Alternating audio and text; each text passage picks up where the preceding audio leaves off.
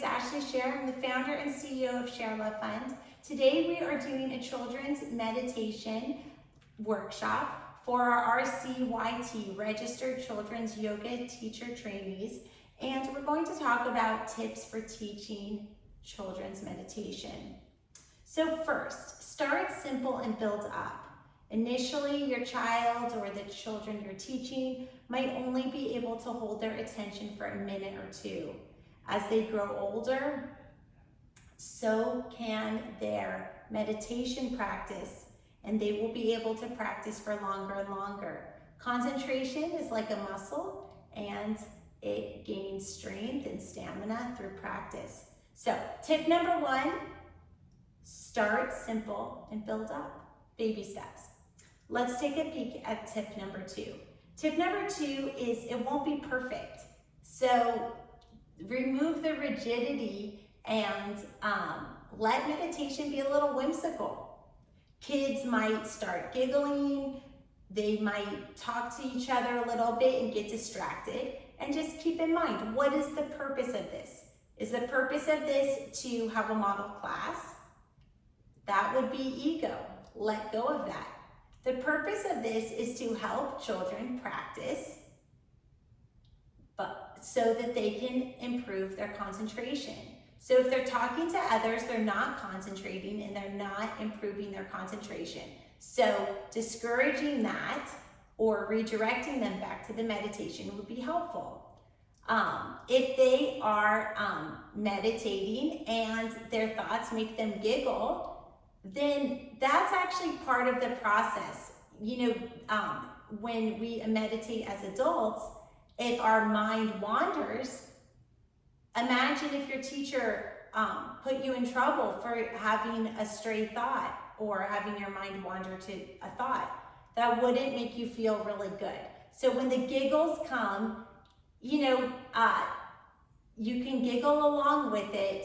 When the talking to somebody else comes, gently ask the student to not interrupt somebody else's meditation. If they're having a problem concentrating, they can bring their attention back to their breath, but talking to someone else is a boundary issue.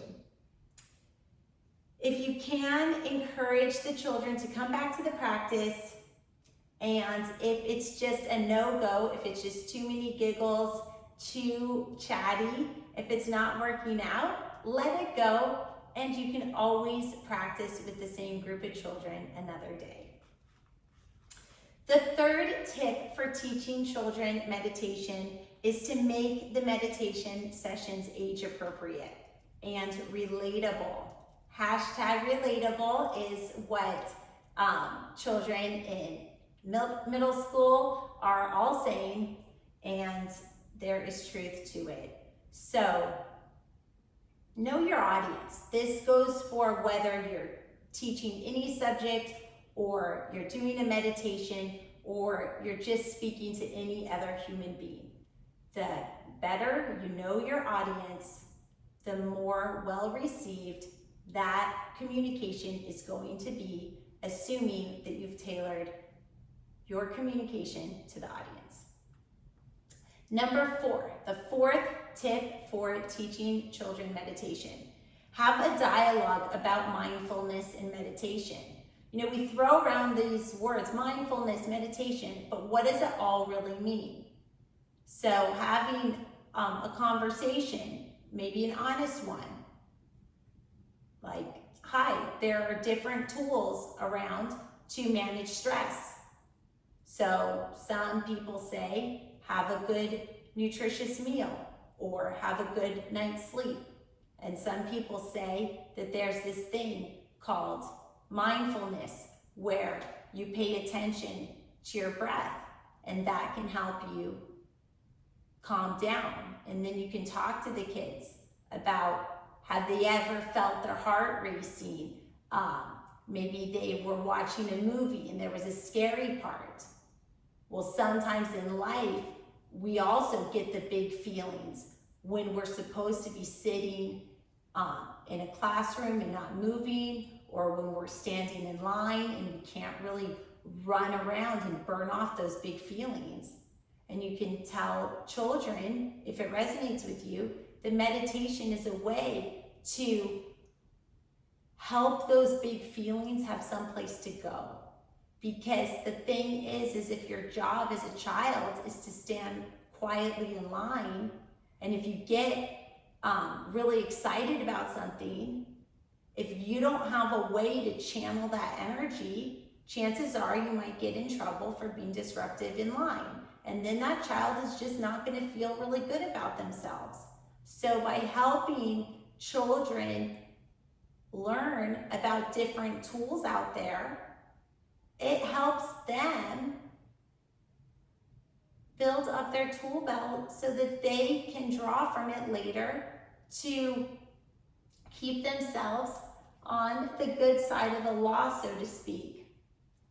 You can engage children in a mindfulness activity or ask them about their experience during meditation, as I proposed circle time, exchanging information about whether they've ever felt worked up and what did they do about it. Also, don't be attached to meditation. For example, if there was a magic thing that solved everyone's problems and it wasn't meditation, I always say when I'm teaching, I say to my kids, if eating French fries solved all of our problems, then I would be teaching you about how to eat French fries. But eating French fries doesn't really make me feel good, and it doesn't really make other people feel good in large quantities. So I don't teach eating French fries.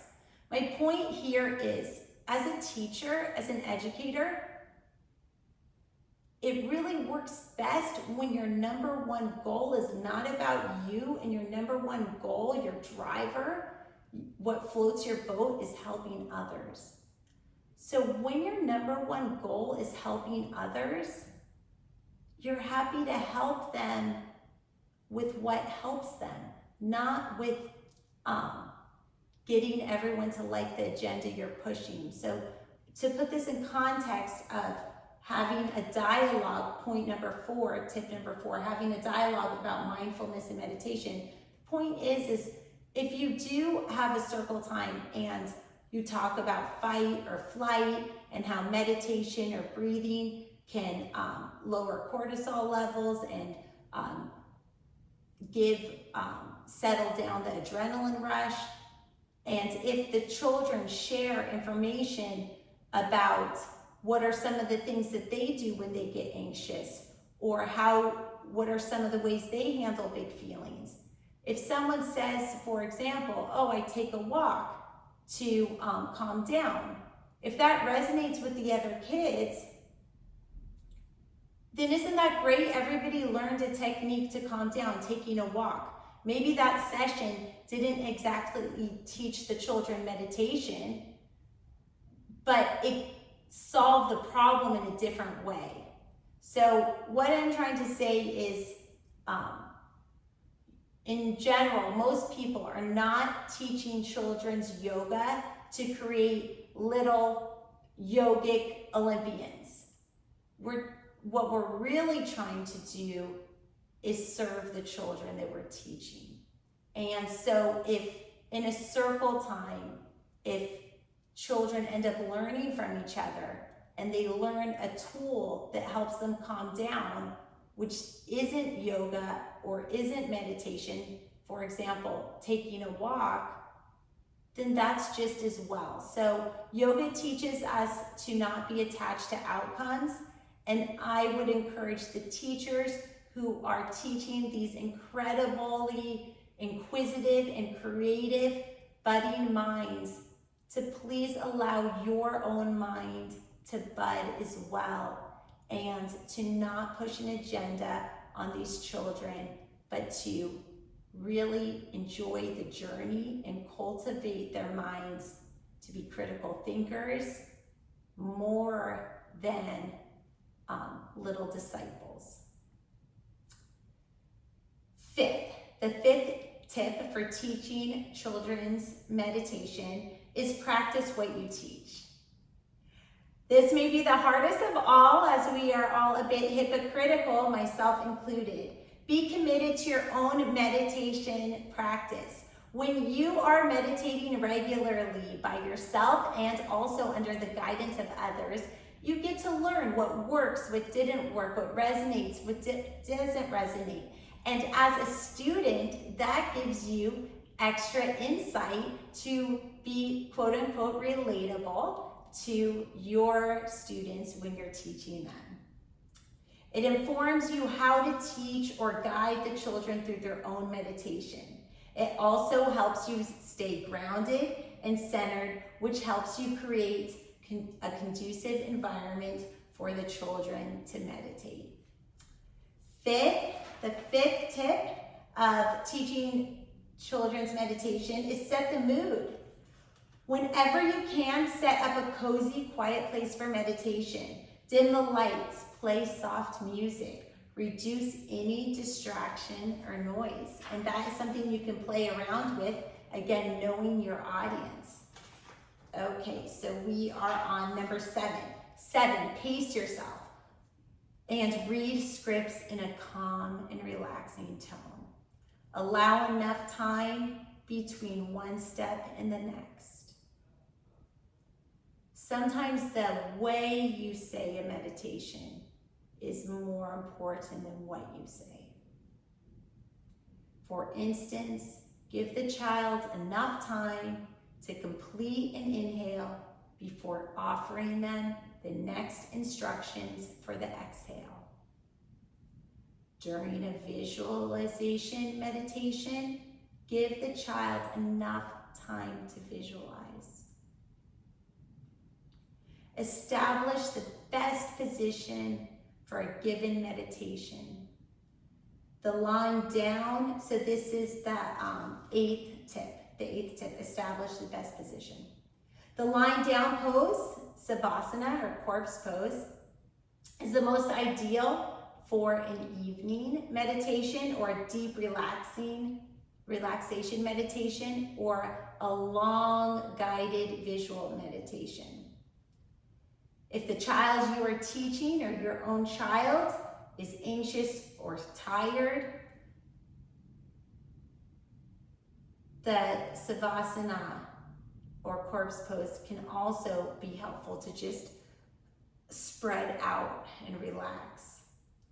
A standing pose is ideal if the children are high in energy or it's a short meditation, maybe between things, like maybe you are transitioning with the children you teach, you're transitioning classrooms, and let's say you're going from the science room to the art room and the art room's not open yet and you need to do something with the children in the hallway, then a standing meditation can be really fun and energizing. You can work on energizing meditative breaths, and you can also do a guided meditation such as saying, we're going to, with a visualization, we're going to inhale and be a peacock and exhale and close our peacock feathers and inhale and be a peacock, like so forth.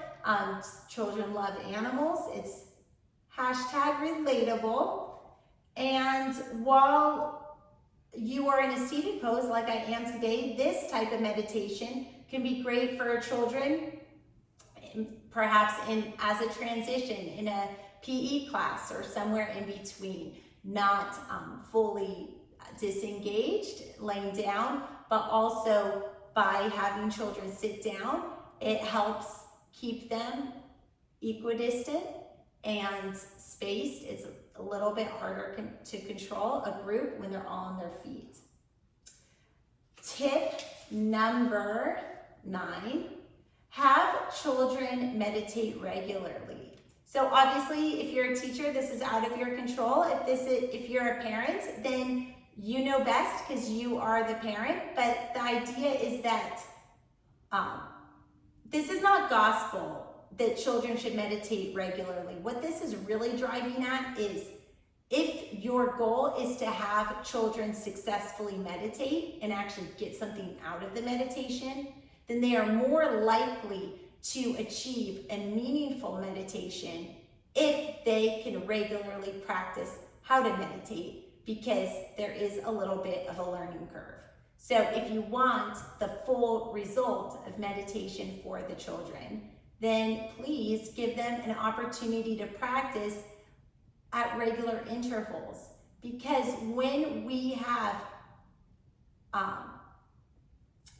a schedule of practice, then we can build on the work that was learned before. But when the meditations are given in a haphazard manner, then there's a lot of backtracking.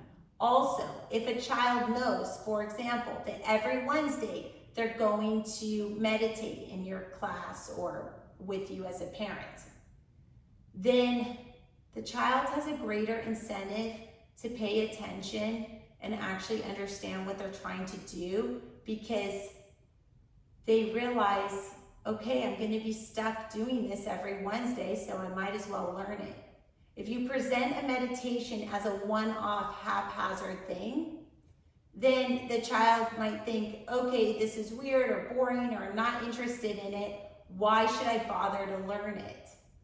But by having regularly scheduled meditation sessions, the child realizes, look, it's sink or swim. I'm going to be stuck sitting here quietly for 10 minutes.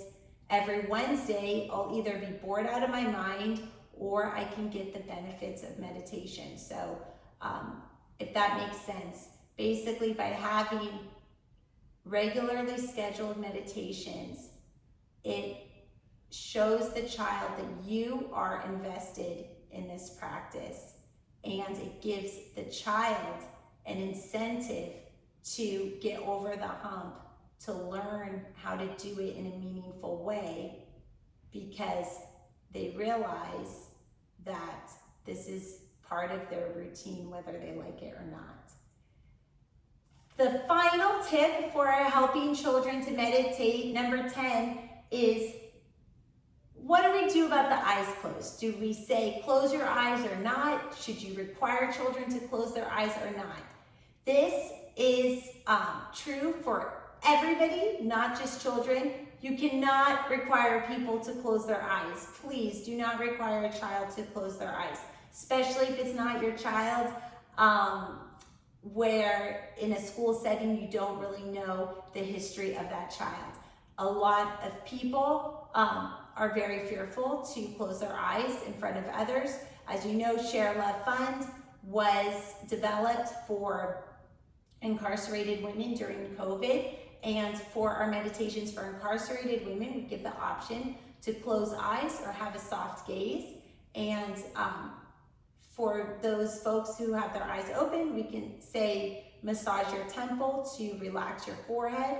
And you can teach a child what a soft gaze is, zoning out on a spot on the wall. But it can be a very fearful situation to require a child that's not yours to close their eyes.